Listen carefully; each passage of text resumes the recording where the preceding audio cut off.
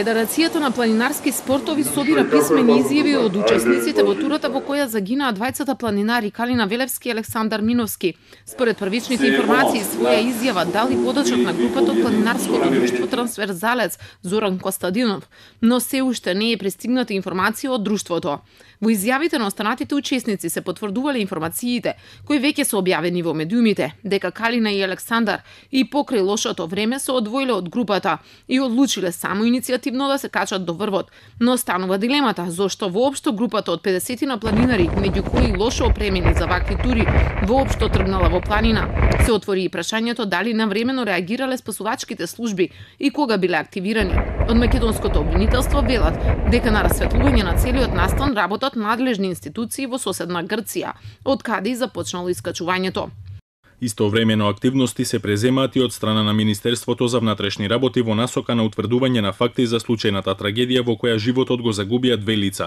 Постои координација и соработка со иста цел да се расветли несреќата и да се утврдат фактите за нејзиното случување.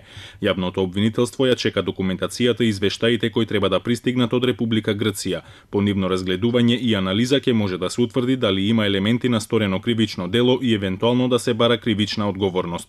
Според дел од грчките медиуми, двајцата планинари починале од премрзнатост. Немало знаци од повреди од пад во бездна, како што првично беше објавено. Инаку денеска телата на двајцата млади се донесени кај нивните семејства во земјава, откако заврши обдукцијата во Грција. Нивните фамилии вчера испратија писмо во кое бараат низа одговори.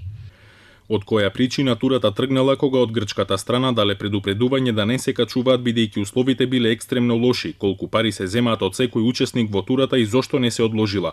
Од која причина кога се дознало дека двајцата млади планинари ги нема во 14:30 часот, кога се известени грчките власти, ниту тогаш, ниту во текот на целиот ден, ниту следниот ден, никој од организацијата на турата не ги известил родителите ниту блиските. Дали воопшто некој од оваа катастрофално друштво имал лиценца за водење на тури во зимски и екстремни услови. Од Федерацијата на планинарски спортови веќе закажаа состанок за впеток, по кој се очекува да излезат и со официјална изјава во јавноста.